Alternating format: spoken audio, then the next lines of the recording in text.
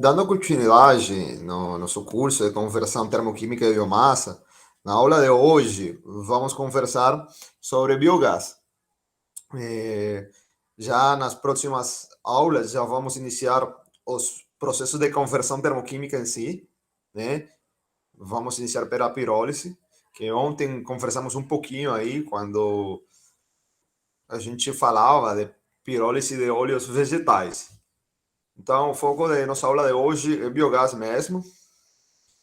E, bom, um conceito que sempre está ligado à geração de biogás é a digestão anaeróbica, né? A qual é uma opção de tratamento de resíduos sólidos, seja agroindustrial, seja resíduos sólidos urbanos, também, inclusive, resíduos agroindustriais também, né? Inclusive de jeitos de animais também, seja suínos, seja também de gado, né? Então, essas são as matérias-primas fundamentais, né? Das diferentes matérias-primas, né? Para o processo de geração de biogás, tá? Conforme eu falei aqui na figura mostra, né? Que pode ser de jeitos animais, pode ser também resíduo sólido urbano, né? Também resíduos agroindustriais, etc, né? Eles são fornecidos basicamente em um reator, tá? Um reator contínuo, e o objetivo fundamental é gerar biogás. O biogás pode ser usado para gerar energia elétrica, já tem acionadores primários focados em focados em biogás mesmo, que foram fabricados considerando como combustível base o biogás, tá? Então, vamos falar um pouco das vantagens da utilização do biogás, né? Entre as principais vantagens, a gente pode encontrar a preservação das águas subterrâneas e superficiais, né? Porque geralmente os resíduos sólidos urbanos são levados a aterros sanitários, né? Então isso até certo ponto pode gerar um impacto ambiental negativo, né? Em águas subterrâneas também tem muita poluição envolvida, né? Então essa é uma das vantagens. A outra vantagem é que incentiva ao desenvolvimento tecnológico. Pessoal, já a nível acadêmico, né, tem muitas faculdades focadas em desenvolvimento de tecnologia de geração de biogás, ou seja, de reatores, né? Então, isso é importante porque, inclusive, a gente pode observar que já muitos reatores ou muitos biodigestores, né, como são conhecidos, já são otimizados, né? Além dos benefícios que a gente já conhece de impacto ambientalmente falando, né? A redução da emissão dos gases de efeito estufa, né? De outros poluentes como NOx, SOx, etc, etc, etc, né? Então, aí o processo fundamental, né? A gente vai ver daqui a pouco o que é a gestão anaeróbica. Esse é o processo fundamental para a geração de biogás, né? Tipo assim, o reator funciona baseado nessa digestão. E conforme eu falei, é produzido um biogás, o qual pode ser usado para gerar eletricidade, também como fonte de calor, às vezes, né, para aquecer fluidos de trabalho, né? Inclusive pode ser melhorado, né, através de um processo conhecido como upgrading, para produzir biometano, né? Porque o biogás tem um alto teor de metano. Tipo, a gente não pode comparar um biogás com um gás natural, né? Que tem valores na faixa de entre 85% e 93%, né? No entanto, o biogás tem valores interessantes de metano, os quais podem superar 60% facilmente, né? Então, também tem, através desse processo, a gente também gera um resíduo sólido, né, carbonáceo, e o qual serve como matéria-prima para produzir biofertilizantes, né? Então, essas são, vamos falar assim, o princípio, né, de uma geração de biogás, né? E o processo fundamental que ocorre durante a produção desse biogás em si, que é a digestão anaeróbia. Pessoal, até aqui, alguém tem alguma dúvida, algum comentário? Então tá. Pessoal, alguém sabe a diferença entre os processos aeróbios e anaeróbios? Qual é a principal diferença desses processos, né? Beleza, são processos que a gente pode analisar a nível celular, né? Mas tem uma diferença fundamental. Inclusive, a gente pode até usar esses processos para definir atividade física, tá? Exercícios aeróbios, exercícios anaeróbios, né? Quando falo exercício físico, tá? Alguém sabe a diferença? Pode botar no chat. Ou pode falar, fiquem à vontade. Ninguém? Então, vamos continuar aí. A gente vai ver essa diferença daqui a pouco, né? E principalmente a gente vai começar pelos processos aeróbicos, os quais têm um elevado consumo energético, né? Produzindo uma maior quantidade de biomassa, né? É, aqui a gente pode evidenciar essa diferença, né? Que os processos aeróbicos requerem de oxigênio, né? São, vamos falar assim, oxigenados, né? Enquanto os anaeróbicos são em ausência de oxigênio, né? É, tem uma similitude, né? Similaridade com o processo de pirólise, né? Que é a ausência de oxigênio. Então, aqui a gente pode observar, né? Uma reação, né, global do processo anaeróbico, né? Onde a matéria orgânica é composta em metano, CO2 e energia, né? Tem, evidentemente, um baixo consumo energético, mas, consequentemente, também tem uma menor quantidade de biomassa gerada, né? Olha que aqui a gente não está produzindo metano, né? Lembre-se que nosso foco para a produção de biogás é altos teores de metano, né? Então, por isso, a gente considera que o processo de biodigestão para produzir um biogás está baseado na digestão anaeróbica, pessoal. Essa é a principal diferença, né? É uma reação bem, vamos falar entre aspas, simples, né? Só que tem envolvida a decomposição de muitas moléculas, né? Aqui nessa figura a gente pode ver a decomposição da glucose, né? E pode observar que está em ausência de oxigênio, né? São moléculas muito complexas, né? É, se eu não me engano, a fórmula química da glucose é C6H12O6, né? Então, tem muitos enlaces formados aí só nessa molécula, tá? E aqui a gente se tem presença de oxigênio e, portanto, é possível evidenciar, né, o CO2, né, por se tratar de uma reação de oxidação, tá? Então, pessoal, vamos ver aqui as principais diferenças, né, entre um reator aeróbico e um reator anaeróbico, considerando que está sendo fornecido, né, matéria orgânica com 100% de demanda química de oxigênio, né, DQO, certo? Esse é o fundamental, né, a matéria-prima fundamental, uma matéria orgânica. Já depois a gente pode definir como substrato ou matéria-prima, tá? E, bom, o reator aeróbico, o foco aqui é a produção de dióxido de carbono, né? Eu sei que, ambientalmente falando, né, o CO2 já tem meio que uma fama ruim, né? No entanto, o CO2, pessoal, é um composto químico que pode ser muito útil, inclusive na gasificação. Eu já falei isso em algumas aulas anteriores, né? Que pode ser usado como fluido supercrítico e, portanto, também como agente de gasificação, tá? E então, aqui tem uma produção de efluentes, né? Entre 5 e 10%. E os lodos, né? Que também são formados. Pessoal, o reator anaeróbico, o foco já, conforme como mencionei agora há pouco, né, e conversamos aqui, o foco é a produção de metano, né, portanto vai ter um PCI maior, né, que o reator aeróbico, certo?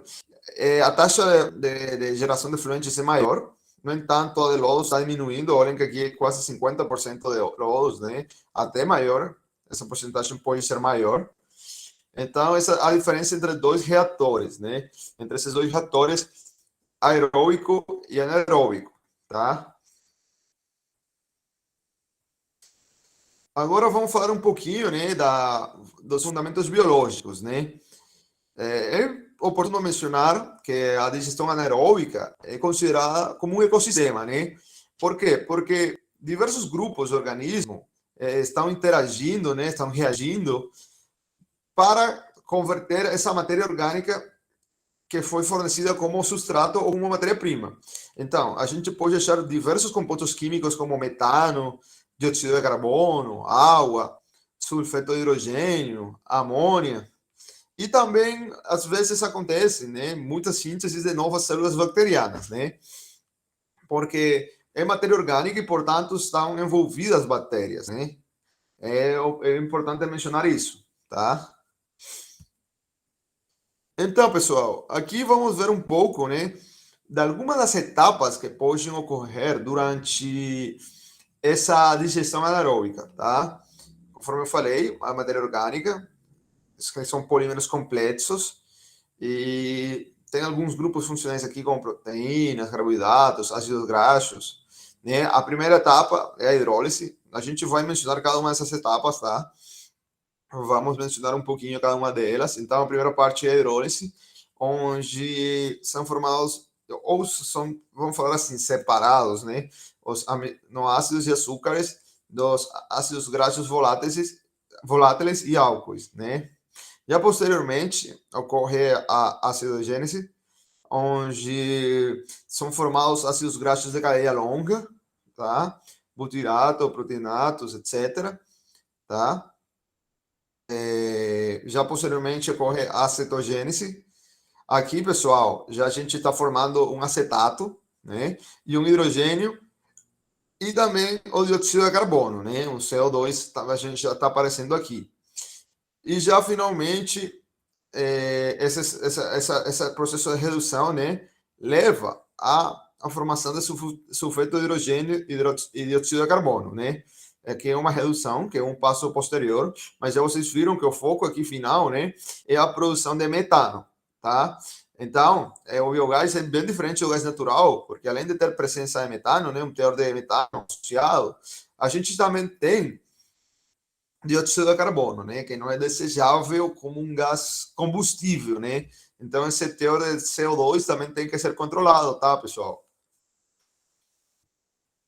Pessoal, antes de iniciar aí em cada uma dessas fases ou etapas do processo de digestão anaeróbica, alguém quer falar alguma coisa?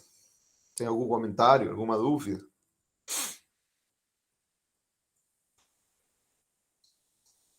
Bom, vamos lá. O processo de hidrólise e acidificação é um processo de degradação da matéria orgânica, né? Aqui, inicialmente, ocorre a hidrólise do material, né? E gera como resultado compostos mais simples, né? Os quais podem ser assimilados pelos micro-organismos presentes nesse processo, tá? Normalmente, esses compostos orgânicos são polímeros orgânicos, tá? E sempre ocorre essa quebra, né? Esse craqueamento, né? Desses polímeros e são transformados em monômeros, tá? E aí a gente pode encontrar açúcares, né? Como a glucose, ácidos orgânicos, aminoácidos, etc, etc, etc. Então, eu acho que agora, nesse ponto, é importante mencionar que, em certo ponto, essa aplicabilidade da digestão anaeróbica foi restrita durante muito tempo só à degradação de compostos mais simples, né, como açúcares, carboidratos e ácidos graxos voláteis, né? Esses são mais simples comparados com esses polímeros, né, e esses ácidos graxos de cadeia longa, né? Por quê, pessoal? Isso ocorreu principalmente pelo arraste da biomassa, né? E das substâncias que foram formadas, né? Durante a hidrólise. Então, todos esses fenômenos que ocorreram, né? Podem ser que restringiram, né, um pouco essa aplicabilidade, podem ser explicados, né, pela variedade dos compostos intermediários formados durante a etapa acidogênica, né? Portanto, é necessário um maior número de reações para que possa ocorrer a transformação completa, né, de todos esses compostos em metano, né, pessoal? Porque já vocês viram, a gente já, durante o processo, tem muitas moléculas, né? Muitos açúcares, voláteis, monômeros. Então, o objetivo fundamental aí, pessoal, é quebrar todas essas moléculas, né? E obter um metano. Se o teor de metano é maior, né? É bem legal, né? Porque realmente é um gás combustível, né? Que pode ser usado em diferentes aplicações, tá? Igual ao gás natural. Agora vamos passar na segunda etapa, né? Vamos focar aqui na explicação da acetogênese. Nessa etapa, os produtos que foram formados aí na hidrólise, né, são oxidados a acetato, hidrogênio, CO2. Isso com o objetivo de fornecer um substrato apropriado aos micro-organismos metanogênicos presentes no processo, né? De todos os produtos que foram obtidos, né, pelos micro-organismos, somente o acetato e o hidrogênio podem ser assimilados pelas bactérias, tá? Pelas bactérias já, vamos falar assim, as bactérias metagênicas, né? Pelas reações que podem ser formadas, né? Porque já vocês sabem que o metano pode reagir com hidrogênio, também com acetato, né? Então, dos compostos presentes até esse ponto, né? Do processo de digestão anaeróbica, né? Agora vamos falar mais sobre a terceira etapa, tá? Que é a metanogênese.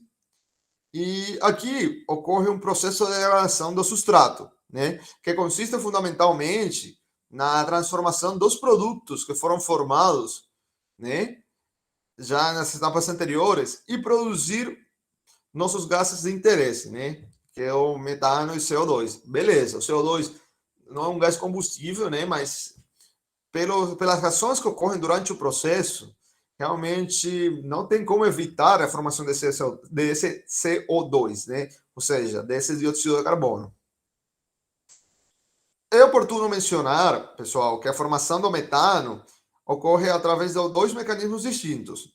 O primeiro é a formação do metano a partir do CO2, desculpem, e do hidrogênio, né? E o segundo é a partir do acetato.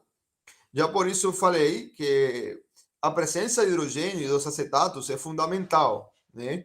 Aí para a geração de metano. Agora eu vou falar dessa parte bem final que vocês viram, né? Que é a redução de sulfatos. Evidentemente, a gente já no final, né? Tem H2S, né? Então, isso pode gerar muitos problemas, sabe? Tem algumas, já conforme a gente mencionou ontem, muitos biocombustíveis têm leis, né, que visam a diminuição dos compostos de sulfato, né? Então, a presença de sulfato, sulfito ou outros compostos, né, que tenham como base enxofre, devem ser eliminados na medida do possível, né? Então, os mecanismos responsáveis pela redução desses compostos em enxofre são conhecidos como bactérias redutoras de sulfatos, tá? Esses micro-organismos podem usar vários tipos de substratos para o crescimento e manutenção, tá? Então, agora vamos mencionar um pouco sobre os fatores que influenciam a atividade anaeróbica, né? A gente pode destacar temperatura, pH, necessidades nutricionais, entre outros, né? No entanto, são muitos fatores que podem influenciar essa atividade, né? Então, vamos mencionar cada um deles, tá? Eu sei que até esse ponto já a gente está vendo uma parte mais, vamos falar assim, química, né? Biológica até. E talvez a gente, a nível de engenharia, não consiga, até esse ponto, talvez enxergar muito bem, né? Mas daqui a pouco a gente vai observar os diferentes tipos de reações, né? O potencial de geração de energia elétrica e vocês vão já ver a aplicabilidade, né, desses processos biológicos e dessas reações químicas, tá? Que ocorrem durante o processo. Então, vamos falar um pouco da temperatura. É evidente, né, que o processo anaeróbico pode ocorrer a diferentes temperaturas, né, não uma temperatura fixa. Essas temperaturas estão associadas com o crescimento microbiano e podem ser classificadas de três maneiras. A faixa psicrofílica, né, a qual está entre 0 e 20 graus Celsius.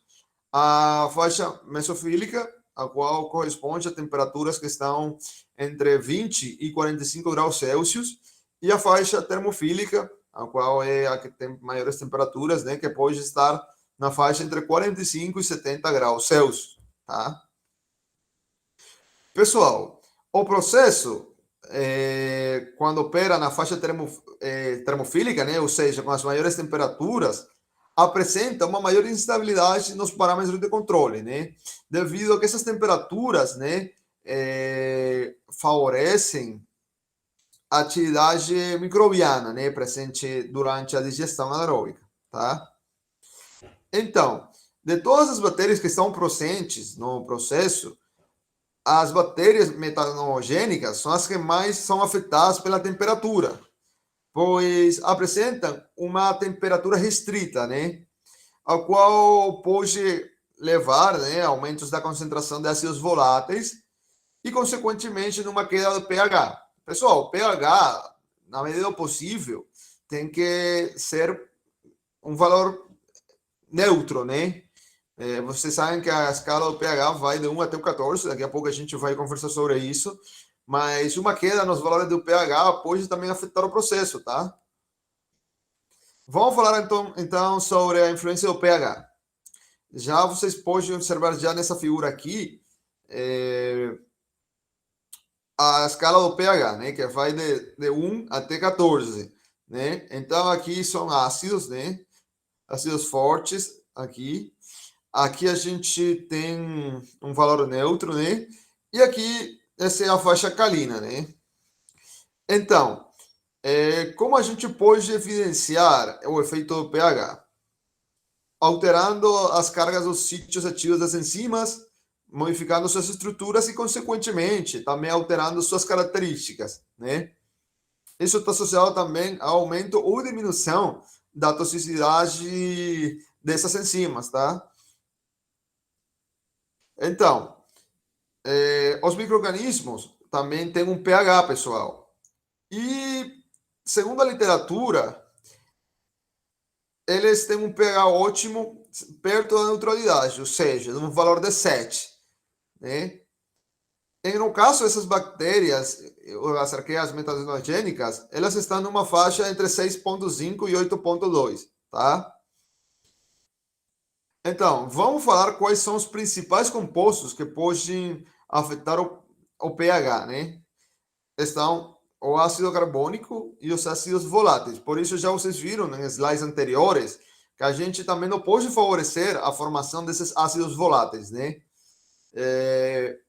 Então, na faixa entre 6 e 7,5, a capacidade de tamponamento do sistema é quase completa, né? Dependendo, desculpe, dependendo da relação de dióxido de carbono com a salinidade, né? Então, a gente já analisou um pouco o pH, né? Agora vamos mencionar um pouco as necessidades nutricionais. Antes de continuar, pessoal, alguém quer falar alguma coisa, tem alguma dúvida, um comentário com relação a esses processos biológicos e químicos? Aqui já tem pessoal que também trabalha na parte de conversão bioquímica, né? Então também pode contribuir. Quem quiser contribuir alguma coisa, fica à vontade. Então vamos continuar aqui, pessoal. Uma das principais vantagens do processo anaeróbico é a baixa necessidade de nutrientes, né? Então, a gente pode mencionar que as necessidades nutricionais são estabelecidas conforme a composição química das células microbianas, né? Mas, pessoal, na literatura é muito difícil você achar essas informações, né?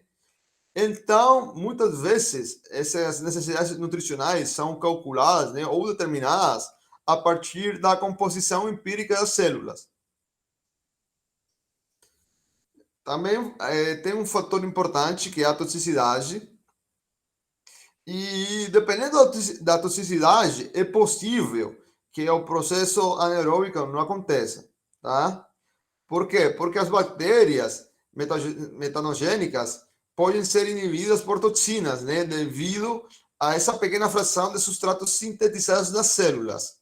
E também ao tempo de reprodução celular, que nesse caso vai ser elevado, né, pessoal? Então, a gente pode mencionar também que os micro-organismos possuem certo grau de adaptação a concentrações inibitórias, né? Vamos falar agora da outra toxicidade, tá? Dessa toxicidade por compostos orgânicos, né? Na literatura, pessoal, é possível observar que muitos estudos indicam que a absorção dos ácidos graxos de cadeia longa é rápida, né? Essa absorção é rápida. E que com o aumento da concentração desses compostos, ou seja, desses ácidos graxos, né? Mas, tipo assim, desse aumento da concentração desses compostos no efluente, terá um efeito que leva a uma maior absorção aos grânulos dos micro-organismos, né? O qual também gera uma maior inibição das células. Agora vamos mencionar toxicidade por amônio. Aí nós vimos que entre os possíveis produtos, né, da digestão anaeróbica, ou digestão anaeróbica, né, a gente pode observar hidrogênio, CO2, metano, mas também amônia, né, pessoal, em baixas porcentagens, né? Inclusive, não é só amônia, também a gente pode observar bicarbonato de amônia. Essa presença é benéfica ao sistema de digestão, né? Mas o íon amônia, né, que é NH4+, quanto a amônia livre, pode ser tóxica aos micro-organismos, né, pessoal? É que já vocês sabem que, através de uma molécula amônia, pode surgir íon amônia, pode também bicarbonato de amônia, o qual é benéfico, né? Mas já o íon amônia e a amônia livre, assim, a amônia livre já são prejudiciais, né? Já considerando esse fator que mencionamos anteriormente, né, que é o pH, é importante mencionar que para pHs menores ou iguais a 7,2, o equilíbrio é deslocado para a esquerda, né? De forma que a concentração de amônio seja elevado a uma faixa inibitória. Pessoal, esse negócio do equilíbrio deslocado e tal, tudo isso está baseado no princípio de Letelier, né, pessoal? Que a gente considera concentrações, às vezes também são consideradas pressões. Já isso está fundamentado no princípio de Letelier, né? Que você sabe que são reações reversíveis, né? Essa reação de íon amônia, né? Que é formada a partir de amônia, é uma reação reversível. Então, a gente analisa o equilíbrio através do princípio de Letelier. Também existe a toxicidade por sulfatos e sulfetos. Por isso, a necessidade de eliminar esses compostos baseados em enxofre, né? Então, o tratamento anaeróbico de fluentes que tenham muitos compostos sulfonados podem gerar problemas de inibição, né? Então, tem um valor estabelecido na literatura, tá? Que concentrações acima de 145 miligramas de substrato por litro de H2S não dissociado pode ser essencial, né, para as arqueias metanogênicas. Então, no entanto, a gente pode mencionar que a forma não dissociável do H2S é o principal componente dissolvido para valores de pH inferiores a 7, né? Mas a forma do H2S predomina na faixa alcalina, né? Ou seja, para pHs maiores de 7 até 14, né? Pessoal, a gente também pode mencionar toxicidade por metais pesados. Por quê? Porque muitas vezes os substratos ou matérias-primas usadas são resíduos, né? Resíduos industriais, resíduos sólidos urbanos. Então, também estão associados à presença de vários metais perigosos como cromo, níquel, zinco, arsênico, etc, etc, etc. Todos esses metais pesados, né, são perigosos à saúde humana, né? Então, já durante o processo, tem uma classificação, né, para essa concentração de metais pesados. Pessoal, já tem uma técnica já específica, né, para determinar o teor, ou, na verdade, a concentração dos metais pesados, que é a absorção atômica, né?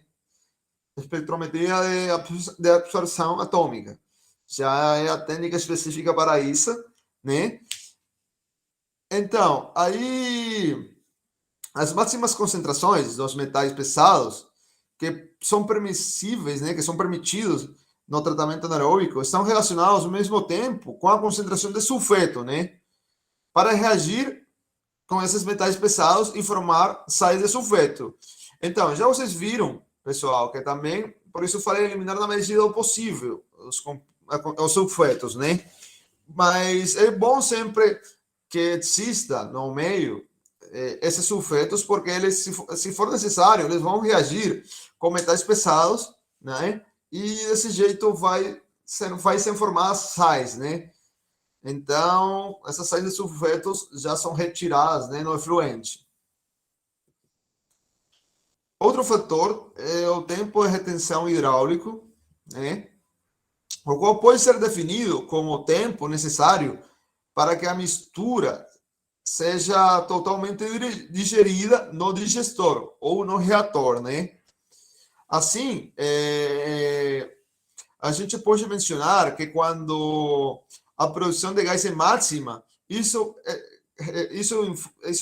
indica, né, que temos um maior benefício no processo, uma maior qualidade do mesmo, né?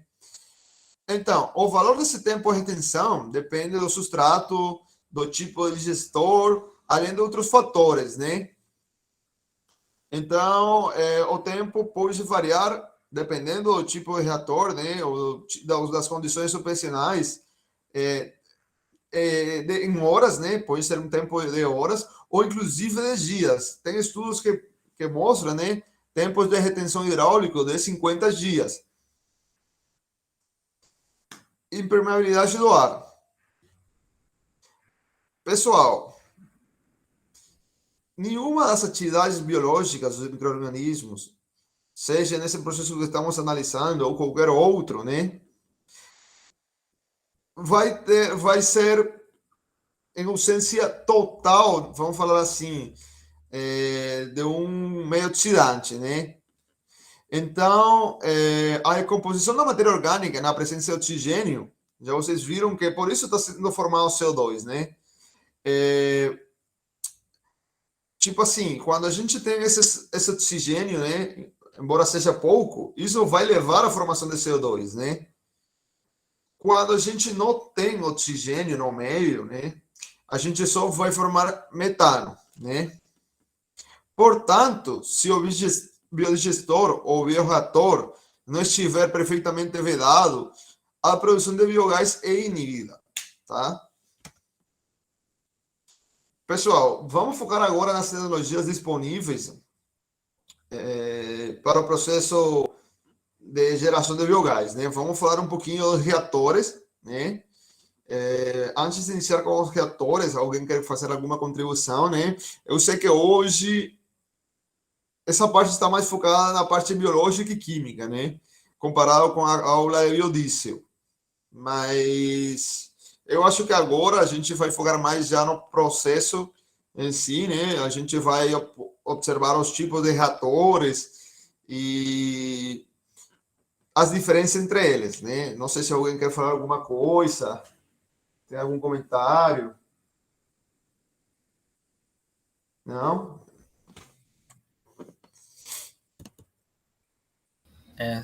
Só tem uma pergunta. Não, sou eu, professor. Pergunta só uma Oi. coisa. Não sei se o senhor vai falar agora sobre os reatores, né? A pergunta seria qual seria normalmente o tempo da biodigestão, o tempo dela, né? E a capacidade. Eu sei que depende da capacidade de produção, mas seria um volume referente às dimensões desses bioreatores, normalmente. Eu sei que varia de acordo com a capacidade, né? Mas seria um volume, né? Normal, assim. Você vê por aí na literatura ou na indústria. Então, a gente já vai definir e vai ver um pouco dessas dimensões, né? Mas já depende da aplicação, Arthur. Porque, por exemplo, já dependendo do substrato, matéria-prima, já você tem diferentes volumes, né? Então, você tem diferentes tipos de reatores, né?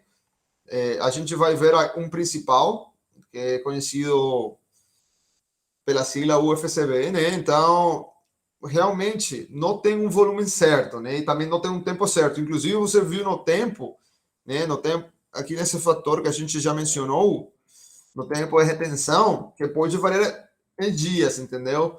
Então, não tem um volume certo. Já muitas vezes, na verdade, esses reatores são projetados dependendo da necessidade, né? Eu sei que, por exemplo, às vezes a gente vai fabricar um reator para pirólise, gasificação, né? E a gente já tem um valor estándar, 10 kg/h, né? Mas muitas vezes esses reatores, a faixa de, vamos falar assim, a vazão, né, de substrato ou matéria-prima varia muito, né? Porque, por exemplo, eu fui numa fazenda em Minas Gerais, eles tinham um biodigestor, né, para aproveitar a excreta dos suínos, né? Então, já isso também depende da geração, sabe? Desse resíduo.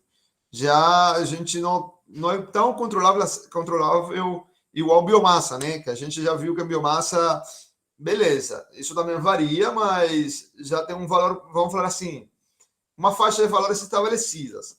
Já quando você está falando de geração de resíduo sólido urbano, de também geração de excretas, né? Já não é tão assim, sabe? Porque já tem um fator, por exemplo, que é o índice de mortalidade, né, das pessoas, no caso da SU, também das pessoas que nascem, entendeu? É muito variável.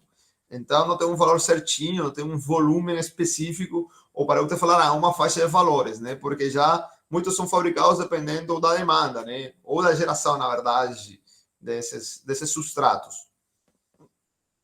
Ah, entendi. Mas normalmente na literatura, do que o senhor já pesquisou, teria assim, um volume típico, normalmente que você vê assim normalmente?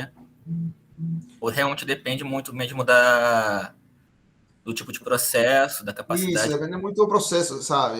Se eu te falar um valor, estaria falando besteira, entendeu? Ah, entendi. Porque Tá. então, agora eu não lembro de cabeça, depois eu vou colocar aí no Classroom o trabalho que a gente fez durante o mestrado dessa fazenda. Aí já tem uns cálculos. Inclusive, tem um bem legal, um projeto aí que a gente desenvolveu durante o mestrado, né, de uma disciplina, e varia muito, entendeu? Já, por exemplo, tem um biodigestor tipo canadense, então não posso te falar um valor, sabe? Inclusive, vocês vão evidenciar isso nos documentos que eu vou fazer o PROD hoje, né? Já relacionados aí a biogás. E aí já você também já, dependendo, né, dessas diferentes aplicações, né, ou desse diferente tipo de reatores, já você pode ter uma noção, mas não é um valor certo, beleza? Não, entendi. Não, eu pergunto isso porque assim, eu trabalho muito com processos bioquímicos, né? E com fermentação. E normalmente os bioreatores, né, que são chamados de Dornas, no caso, no meu caso, O valor, assim, normalmente que eu vejo por aí, até na literatura, isso também depende do tipo de produto, né? Que eu trabalho com produção de ácido succínico. Aí varia, tem um valor assim que varia muito alto, entre 600 e 900 metros cúbicos, cada dorna, né? Aí você tem Sim, um, aí tem a operação em paralelo, né? Que normalmente aí depende da capacidade de produção, mas são volumes muito altos. Aí eu queria saber se no caso de biodigestores seria o caso também, por causa do tempo de biodigestão, porque o tempo de fermentação varia também, mas normalmente você também tem um ciclo de batelada, né? Aí você tem depende ciclos. aí depende do tempo de fermentação, aí do ciclo de batelada, que tem a esterilização, a limpeza, tem todos esses processos que também afetam as volumes, né, as dimensões das dornas. Aí eu queria saber se isso também é no caso dos biodigestores também, né? Se é mais ou menos assim, parecido. É, porque inclusive nos biodigestores você pode achar uns que têm volumes bem grandes, entendeu? E, tipo assim, já você viu que esse tempo, né, de retenção é muito grande, até 50 dias, entendeu? E já eu sei que a fermentação, igual você falou, já você trabalha nisso, já tem um ciclo de batelada já específicos, né? Então, e que você trabalha a nível de laboratório, né? Às vezes até nível de bancada, né, Arthur? Mas já nesses casos não é tão simples assim, entendeu? Eu não gostaria de falar um valor, tá? Mas eu vou passar aí para vocês o relatório da visita a essa fazenda e o exercício, sabe? Um exercício aí que não é obrigatório da disciplina, foi meio que um projeto de uma disciplina aí que eles pediram para a gente fazer, né? Quem quiser pode fazer e a gente depois pode discutir, né? Não faz parte da avaliação do curso, mas seria também interessante. Eu vou fazer aí o plot, tá? Dos dois documentos, né? Do relatório da fazenda, do projeto, né? Já considerando diferentes substratos e de um paper, tá? Esse que eu mencionei, que eu acho que não vai dar tempo, mas que foi de geração de biogás a partir de RCU em Campinas, tá? Já é um paper específico.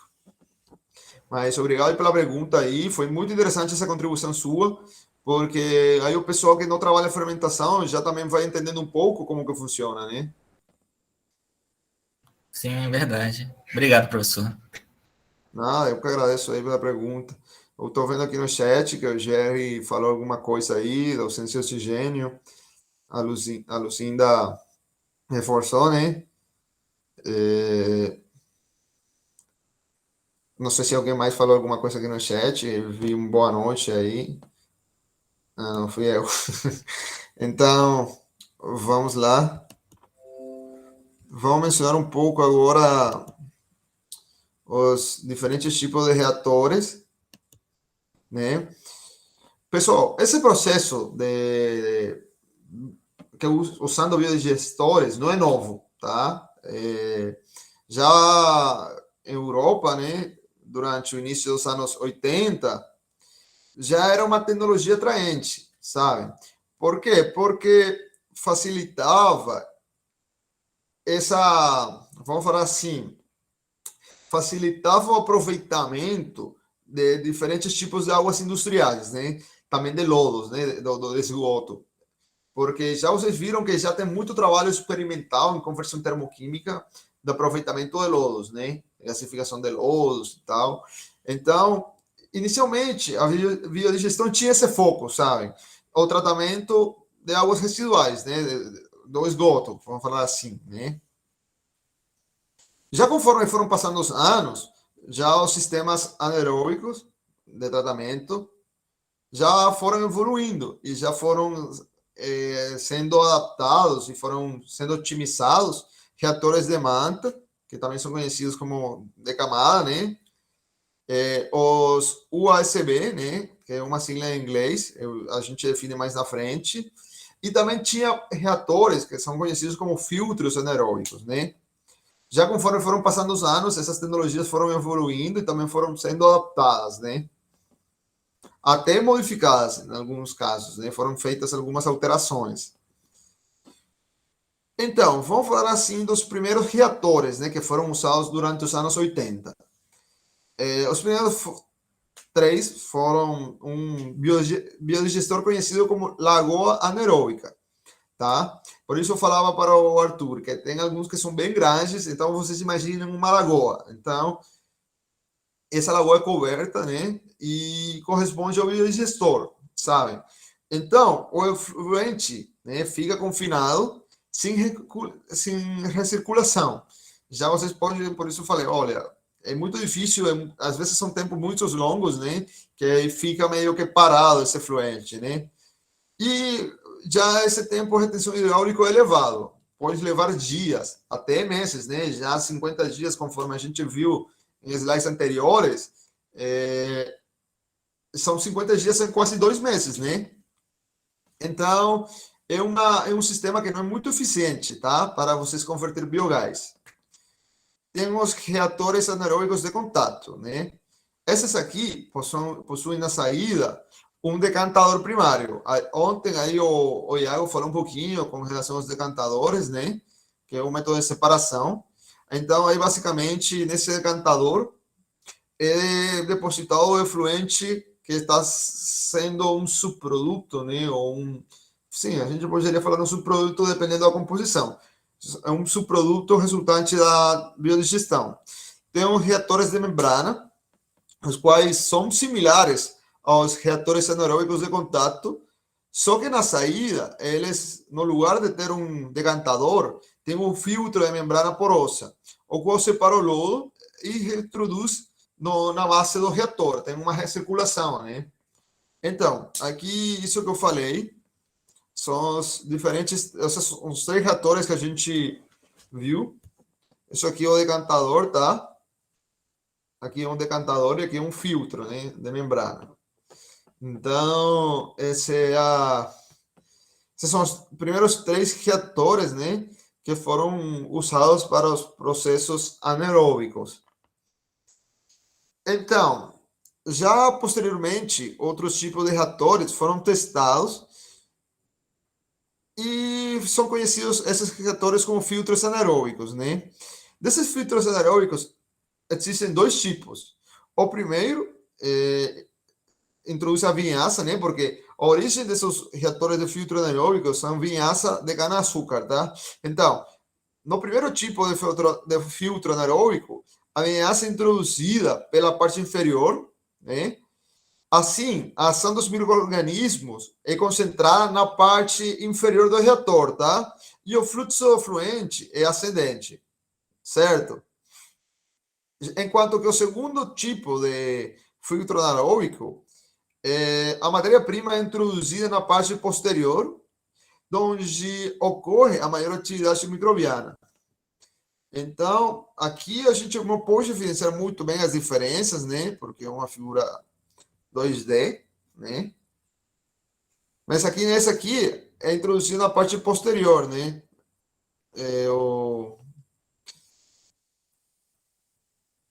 Assim, na parte posterior a matéria-prima, né? Então, esses são os filtros, né, anaeróbicos, que foram os seguintes reatores, né, depois desses de Lagoa, né, que ainda hoje são usados. Então, já conforme passou o tempo, já foram desenvolvidos reatores com leitor de lodo, né? Aí esses reatores já são uma evolução, né? Eles já são mais eficientes, os tempos de retenção hidráulica são reduzidos, né? Então, já esses são os reatores que são usados hoje em dia, né? Então, dos reatores com leito, existem 2 tipos. O UASB, que eu mencionei a sigla, né? Que significa Upflow Anaerobic Slush Blanket, e o híbrido, né? Então, é isso aqui, tá? Esses são os 2 reatores. A gente vai ver. Esse aqui é o mais usado, pessoal. A gente vai ver agora uma representação esquemática do reator UASB, né? Esse reator foi desenvolvido nos anos 70, mas só foi aplicado mesmo nos anos 90, né? E, pessoal, tem muitos estudos onde são usados esse tipo de reatores, né? Então, nos biodigestores com manta de lodo, né? o efluente é bombeado de baixo para cima, tá? Através do leito, né, do reator, com uma velocidade essencial entre 0,5 e 1,5 metro hora, né? Já a gente pode mencionar a diferença entre os dois tipos de reatores, né, de leito. Então, a diferença entre esses dois é que o reator USB contempla um sistema de recirculação, né? Enquanto o híbrido não possui esse sistema. São basicamente o mesmo reator com o leito de lodo, só que o híbrido não tem sistema de recirculação, tá? Então aqui a gente já pode ver um reator, a representação esquemática de um reator USB, né? Aqui a entrada do efluente, tá? Olhem que esse é o leito de lodo, né? Que são estão aí ao longo do reator, né? Realmente é meio que fluidiçado também, né? Então, aqui o gás está acendendo, né? E, bom, aqui tem um sistema de coleta do gás, aqui é tratado o efluente e, finalmente, porque esse efluente, lembra-se que vai ser recirculado, né? E aqui está sendo produzido, está saindo, né, o gás, essa é a saída aqui, né? É sempre na parte superior, tá, pessoal? Então, já a primeira alteração verificada, já nesse tipo de reatores, visando uma otimização, foi a relação altura-diâmetro, né? Essa alteração consiste da expansão do leito, fazendo que o contato do resíduo com a biomassa seja maior. Já essa nova técnica deu origem a um novo tipo de reatores de leito de lodo, conhecido como Expanded Granular Slush Bed, né? Já bed de leito, né? Pessoal, antes de iniciar com a modelagem da digestão anaeróbica, já a gente viu os reatores, né? Já o Arthur acentuou um pouquinho os tipos de reatores, né? Com essa conversa. Não sei se alguém quer falar mais alguma coisa. Basicamente são esses os reatores, tá, pessoal? Tem uma diversidade interessante, né? No entanto, são processos similares, já tem alterações nos mesmos reatores. Não sei se alguém quer falar alguma coisa.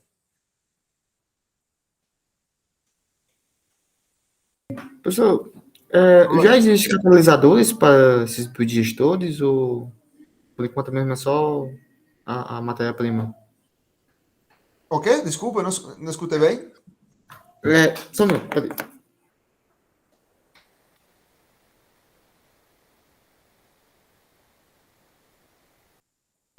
Pronto, tá melhor? Sim, sim, só que picotou na hora que você falou, existe, e aí não escutei. Se existe catalisadores, né, padrões, ou se o estudo ainda é muito pequeno em relação aos bidigestores, né? É que então, já você falou uso de catalisadores, né? Isso, isso. Então, já você viu que a natureza dessas reações requerem de muito tempo, né? Por causa do tempo de retenção. Eu sei que talvez, já dependendo do tipo de tecnologia, seria até interessante introduzir um catalisador, né? Mas realmente são processos, né? Como são processos microbianos, não é recomendável ter presença de catalisadores, né? Porque eles podem afetar a vida dos micro-organismos, né? Eu acho que realmente esse não é meu foco de pesquisa, mas segundo o que eu li, eles não usam catalisadores, né? Porque isso pode alterar a vida microbiana, né? Certo, professor, obrigado. Nada.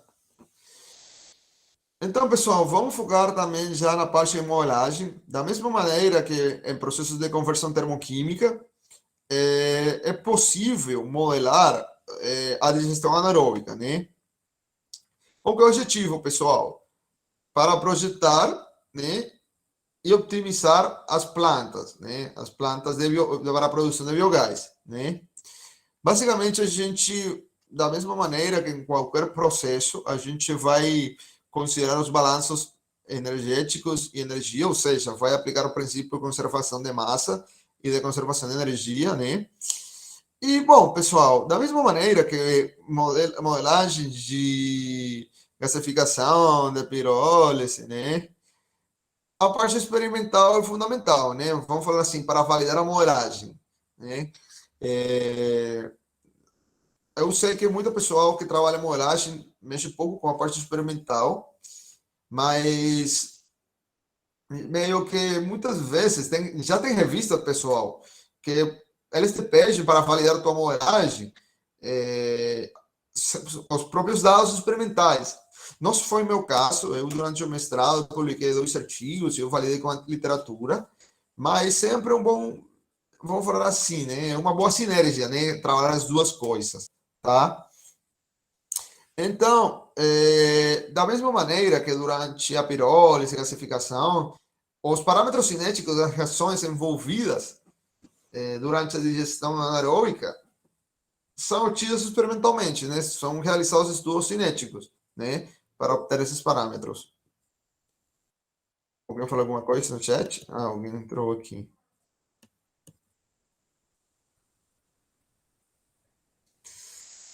Beleza. Pessoal, vamos falar um pouquinho das ferramentas computacionais disponíveis para a modelagem de digestão aeróbica. Pessoal, tem uma sigla que a gente vai explorar daqui a pouco, um pouquinho mais, né? Que todas as principais tipos de modelagem estão baseadas na modelagem ADME1, tá? Por quê? Porque essa considera todas as etapas da digestão anaeróbica, que a gente já mencionou no início da nossa aula, tá? Então, tem diferentes opções, né, de software para vocês desenvolverem modelos de digestão anaeróbica. Está MATLAB e Simulink, que é bem famoso, muitos de vocês já usam, né? Está o Simba, que já é mais específico, já para biogás. GPSX, GPSX, né? Realmente é um software também já focado já na digestão aeróbica. Está com a SIM, né? Que o fabricante é EWAC, tá? Então, pessoal, já vocês podem desenvolver modelagens já em softwares específicos e também podem realizar programação através de MATLAB, né? Por que o modelo AMI é o mais importante? Porque utiliza as características do efluente líquido e também porque considera todas as etapas conforme mencionei no slide anterior. Basicamente, esse processo de digestão anaeróbica está baseado num reator de tanque agitado, né? Pelas siglas CCTR. Pessoal, durante nosso curso, na parte computacional, vocês vão desenvolver uma simulação do reator CCTR, tá? Esse reator requer de cinética química, por isso, no slide anterior, eu mencionei um pouco os parâmetros cinéticos. Então, aí nessa modelagem ADM1, né, os processos que são considerados podem se classificar em 5, né? Que na verdade são as etapas da digestão anaeróbica: a desintegração dos compostos, a hidrólise, acidogênese, acetogênese e metanogênese, tá? Então, essas são as 5 etapas.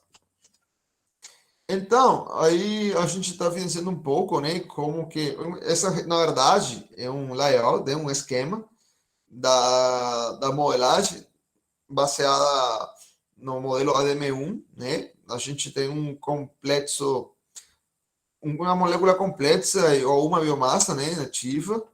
Aqui são obtidas carboidratos, proteínas, lípidos, são formados açúcares, aminoácidos, ácidos graxos voláteis de cadeia longa.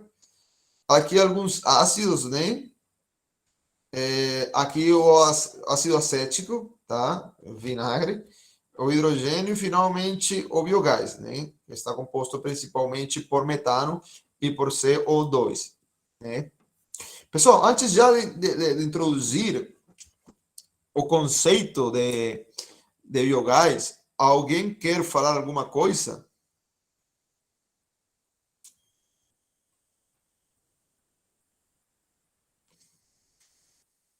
Acho que no chat ninguém falou nada, né? Então, vamos lá.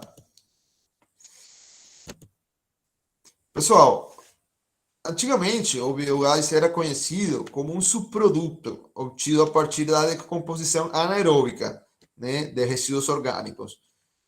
Tipo, não era necessário um reator, né?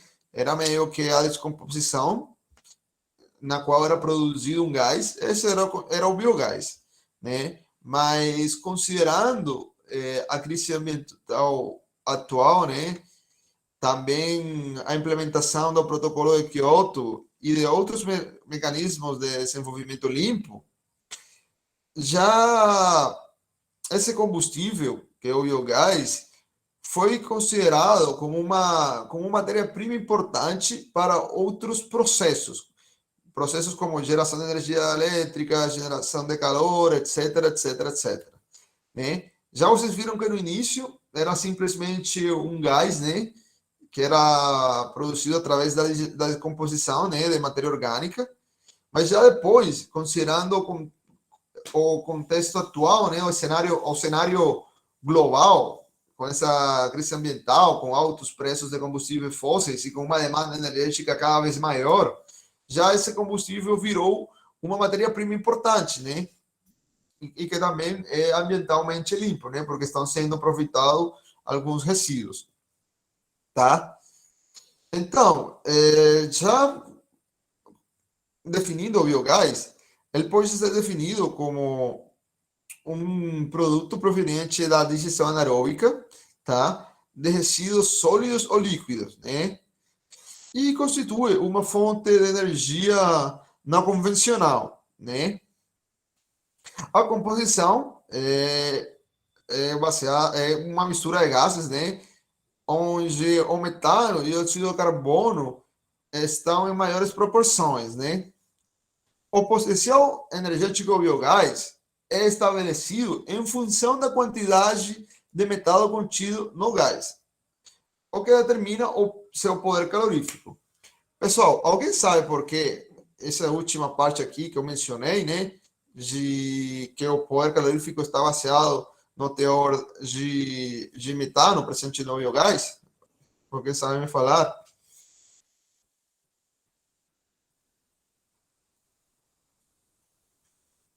Por que o metano é o principal composto para determinar o poder calorífico do biogás?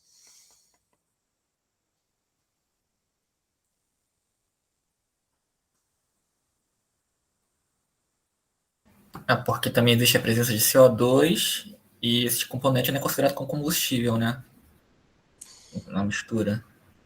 Então, esse é um fator, o que o Arthur falou, que é um gás combustível, mas realmente é porque em base volumétrica, o PCI mais alto é o do metano. Vocês sabem que vocês têm um PCI, né, de um gás. Esse PCI do gás, vamos falar assim, é a soma das, dos poderes caloríficos parciais, vamos falar assim, né? Tipo, a fração volumétrica do metano vezes o poder calorífico em base volumétrica, mais a fração volumétrica de CO2 vezes o poder calorífico em base volumétrica do CO2 e por aí vai.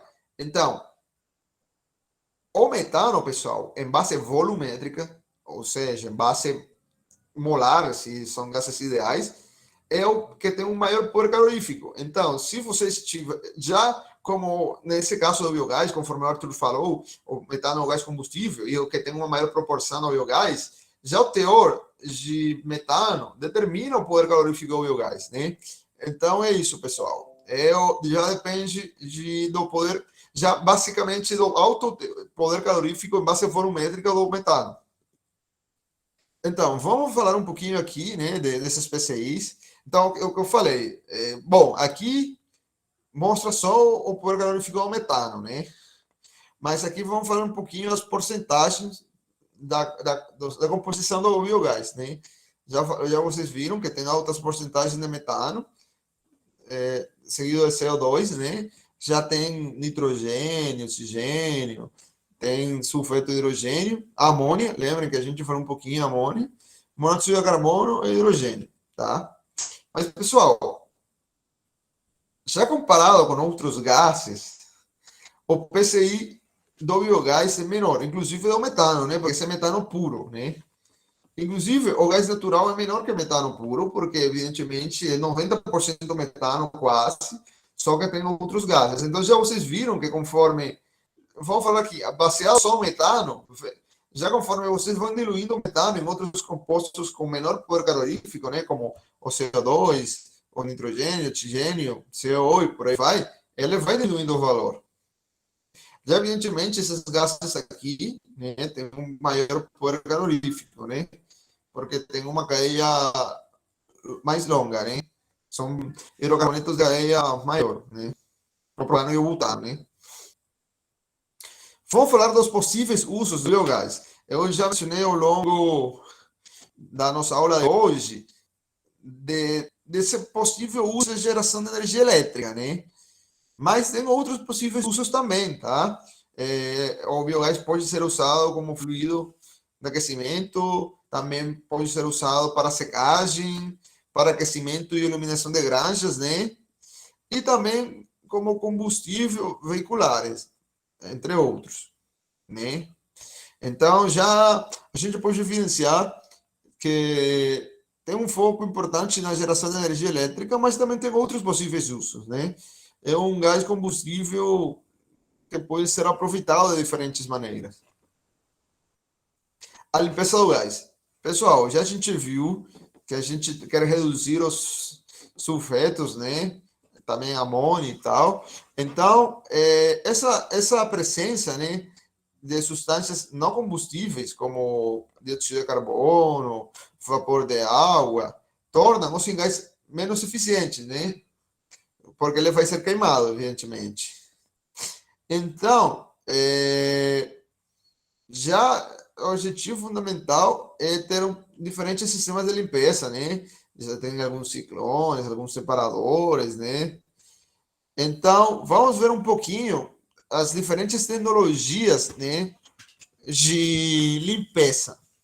Por exemplo, quando a gente já está falando o vapor de água, né, como composto não desejado, tem três tecnologias: absorção e refrigeração, tá? E aqui mostra os diferentes materiais utilizados, né? Já no caso de hidrocarbonetos, tem absorção e absorção também, e tem uma combinação. Já para o dióxido de carbono e o H2S, tem absorção e separação por membranas.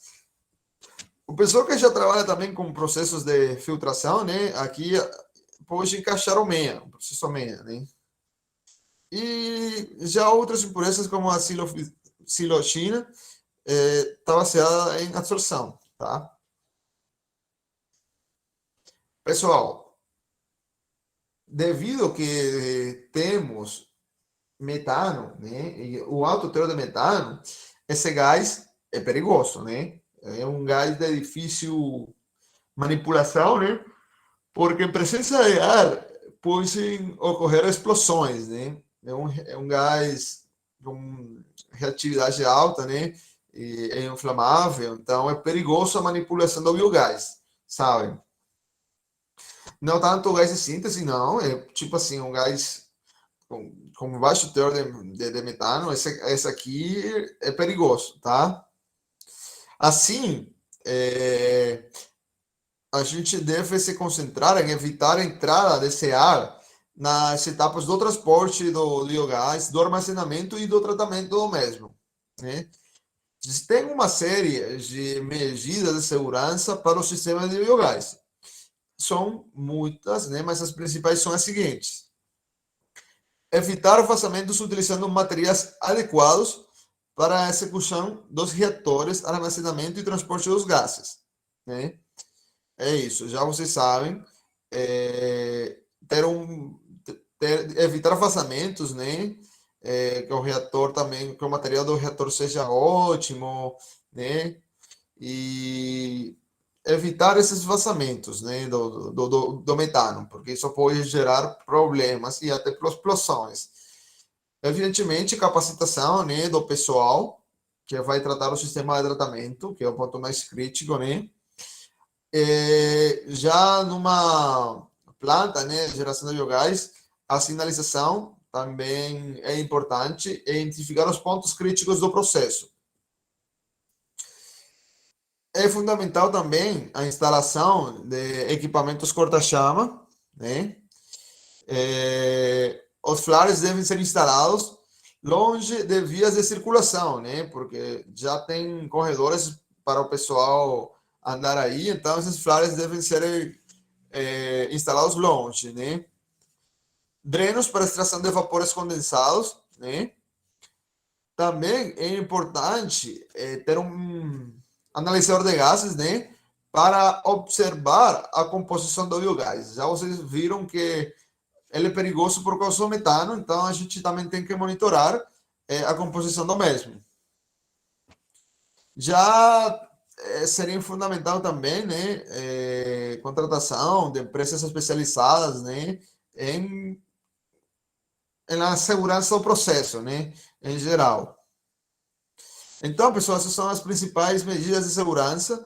Já é um gás inflamável, né, que tem uma alta reatividade, e por causa disso a gente tem que ter uma boa manipulação. Pessoal, antes de passar no upgrading, né, ou seja, vamos falar assim, no melhoramento do biogás para gás natural, né, na medida do possível, alguém quer falar alguma coisa? Tem algum comentário?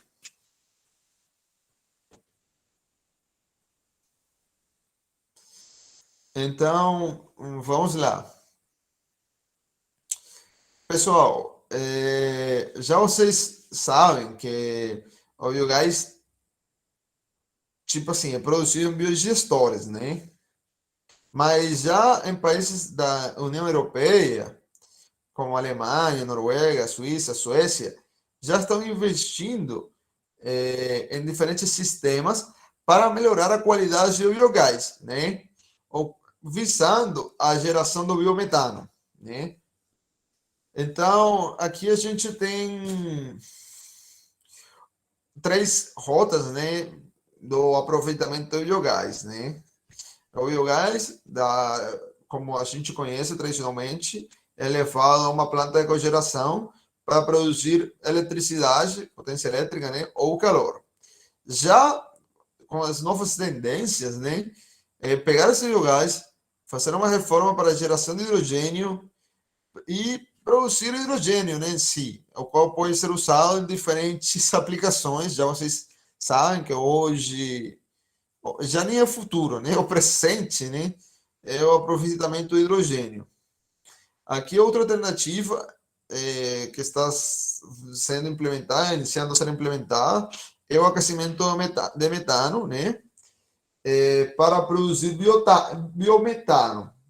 Esse biometano pode ser usado como combustível veicular ou também em sistemas de calefação, tá? Vou mencionar algumas das vantagens da utilização do biometano. Por exemplo, na cogeração, está associado a alta eficiência elétrica, baixo custo de investimento, baixo custo operacional e maior vida útil dos equipamentos, né? Já porque muito equipamento hoje em dia, pessoal, foi fabricado pensando em gás natural, né? Então, o biogás tem outros gases que podem levar a corrosão, né? Podem induzir a corrosão. Já na parte, as vantagens, já na parte da geração de calor industrial, é a alta eficiência e baixa emissão de poluentes. E também, como uso combustível veicular, uma das principais vantagens desse metano são as baixas emissões, né? Então, pessoal, aqui a gente já está vendo um balanço de massa, na verdade, um balanço de massa e de energia, né? Então, aqui é fornecido o biogás, né? Olhem que tem uma composição de 65% de metano, né? E está sendo produzido um biometano com um teor de 96%, né? Então, isso é o objetivo, né? você pegar um biogás, né, e levar a um gás de combustível conhecido como biometano, com o maior teor de metano possível, né? Então, vamos falar um pouco já dos substratos ou matérias-primas para a produção de biogás, né? São vários, mas vamos focar só em 6. A vinhaça, os aterros sanitários, as estações de tratamento de esgoto, dejetos rurais, dejetos bovinos e dejetos de suínos. Então, vamos definir o que é a vinhaça. A vinhaça provém da cana-de-açúcar e é um líquido de cor marrom, conforme a gente pode evidenciar aí na foto, de natureza ácida e que sai da bica de destilação a temperatura de aproximadamente 107 graus Celsius. É alto, né? Já no Brasil, a vinhaça é aplicada diretamente no solo como fertilizante e como fonte de potássio, né? Já nos setores de cana-açúcar, né? No entanto, para essa prática, deve-se fazer uma análise das características do solo, né? Para poder fornecer a quantidade correta de vinhaça, né? Não é tipo vocês, vou fornecer a vinhaça porque pode ser usado como fertilizante. Não, tem que analisar as propriedades do solo antes de usar esse substrato, né? A grande desvantagem da aplicação da vinhaça está associada aos custos de transporte para a aplicação do mesmo no campo. Aterros sanitários. Já vocês sabem que a nível mundial, um dos principais problemas é o gerenciamento dos resíduos sólidos urbanos, conhecidos como RCU, em inglês MCW, né? Municipal Solid Waste. Então, a maior parte do lixo urbano, né, é levado, né, a aterros sanitários, né? Também lixões, né? Aqui no Brasil, por muito tempo, teve lixões, né? E, bom, o biogás, aí através dos aterros sanitários, é gerado pela decomposição anaeróbia da fração orgânica, né? E é emitido diretamente na atmosfera. Aí, nos aterros sanitários, era meio que, como era conhecido antigamente o biogás, né? Só como a descomposição anaeróbica, né? Anaeróbia. Mas esse biogás aí não é aproveitado mesmo. No entanto, já tem estudos que pegam inclusive esse que eu vou enfiar aí, é um estudo que aproveita o resíduo sólido urbano para produzir biogás, né? Então, já o biogás de aterro tem uma menor concentração de metano, né? Se for comparado com o biogás produzido em biodigestores, né? Portanto, tem um alto teor de CO2, né? Que não é desejável. E realmente é um gás já tipo só o gás do aterro, né? Esse que é liberado na atmosfera não é recomendável, né? Então por isso é melhor vocês pegarem o resíduo sólido urbano e levar um biodigestor, né? Assim, considerando que é isso que eu falei para o Arthur, né? Que o volume de biogás não é constante, porque isso depende da quantidade de lixo que é gerado e tal. Então, não tem um padrão, né? Não tem um comportamento, uma tendência estabelecida, tá? Estações de tratamento do esgoto.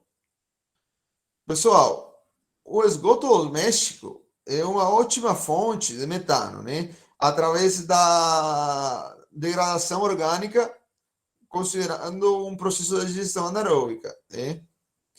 Assim, a recuperação do biogás gerado nas estações de tratamento do esgoto contribui para o aumento da geração de energia, bem como para a cogeração, seja geração de energia elétrica ou de calor, reduzindo também os impactos ambientais e melhorando a questão do saneamento básico no país, ou seja, no Brasil, nesse caso, né? De jeitos rurais.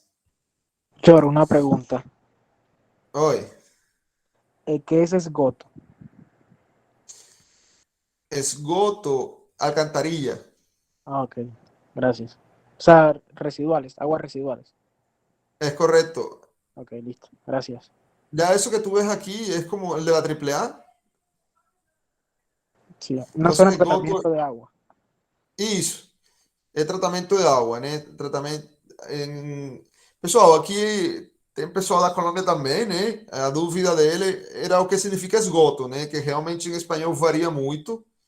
Então, mas ele já, baseado na resposta, já...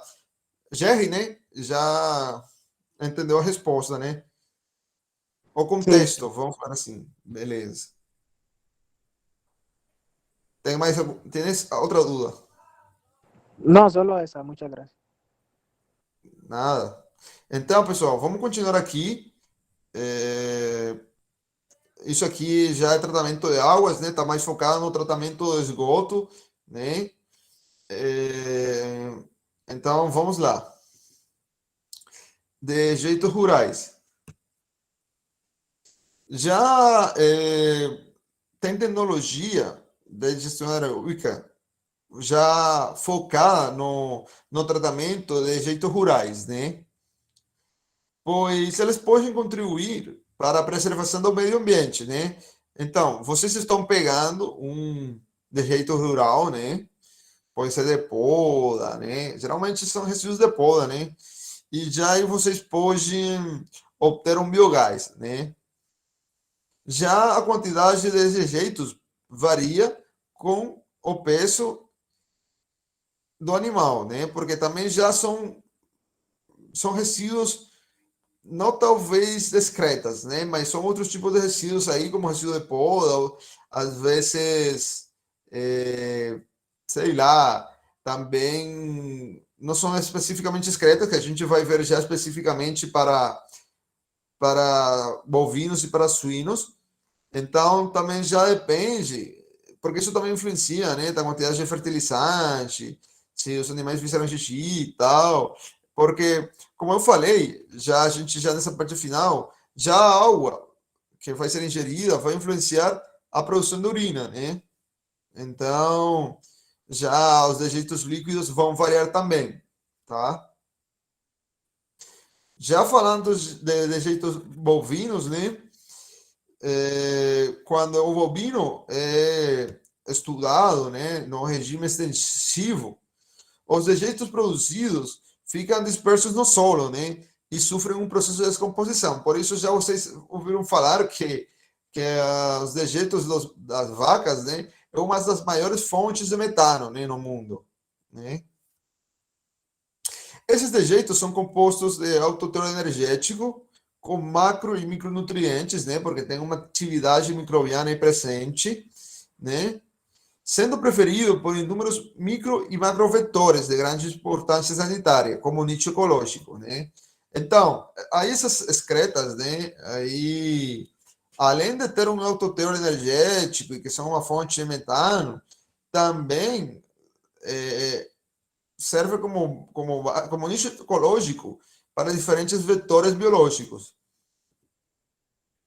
Então, já a biodigestão anaeróbica é uma alternativa para o tratamento desses resíduos, porque além de permitir uma redução, né, dessas excretas, promove a geração do biogás, né, o qual é utilizado como fonte alternativa e permite a reciclagem do efluente. Esse efluente pode ser usado como biofertilizante, tá, pessoal?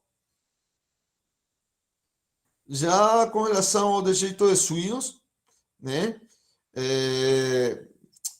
Já esses dejeitos, já, como eu falei, já com o Arthur mencionei um pouquinho, já tem muita, no Brasil especialmente, tem muito, pessoal, muita já fazenda que aproveita os dejeitos dos suínos para gerar biogás, né? Já pensando, né, no lançamento do esterco dos suínos, se um tratamento oportuno pode reduzir o teor de oxigênio dissolvido na água, né? Então, é importante aproveitar esses rejeitos, né? Através da biodigestores, né? Já tem diversos estudos, né? Do cálculo do potencial de geração de eletricidade a partir de suínos, né? Como eu falei, aqui no Brasil, já inclusive nessa fazenda, eu vou carregar esse documento aí, tá? Para vocês aí no Classroom. E, basicamente, o potencial de geração de eletricidade, considerando os resíduos de suínos, considera o número de suínos abatidos e também o número de matrizes no país, né? Devido à ausência de um levantamento de dados da quantidade de suínos criados no Brasil, né? Meio que uma estimação, sabe? Eles estão chutando, dependendo da quantidade de suínos e tal. Não tem um valor certo, mas dá para fazer uma projeção, né? Pessoal, vamos falar um pouquinho, né, do potencial energético no Brasil. A gente vai comparar esses três tipos de matérias-primas, né, de substratos. A vinhaça é um deles, né? Então, olhem que aqui a produção de biogás com a vinhaça, né? É maior, né? É muito alta, é maior comparada com resíduos sólidos urbanos e com efluentes domésticos e dos rejeitos de bovinos, né? No entanto, para rejeitos suínos, já olhem que tem números maiores, né? Considerando os suínos abatidos no ano e matrizes abatidas. Então, aqui a gente só está gerando, vamos falar assim, uma projeção, né? Com um PCI médio de 20,097 MJ metro cúbico, fornecendo essas quantidades de biogás em uma microturbina de 30 kW, né, com uma eficiência de 27% e com um grupo gerador de 80 kW, né, com um rendimento de 29. Isso realmente, pessoal, é um motor gerador, tá? Isso aqui. Então, tem dados interessantes em megawatts, né? Isso é um potencial energético, tá? E que mostra que realmente uma grande parte da demanda de energia elétrica no Brasil pode ser suprida por esse biogás através dessas diferentes fontes, né? Isso considerando basicamente reaproveitando tudo. Evidentemente, num cenário real, não funciona desse jeito, né? Pessoal, por hoje é isso.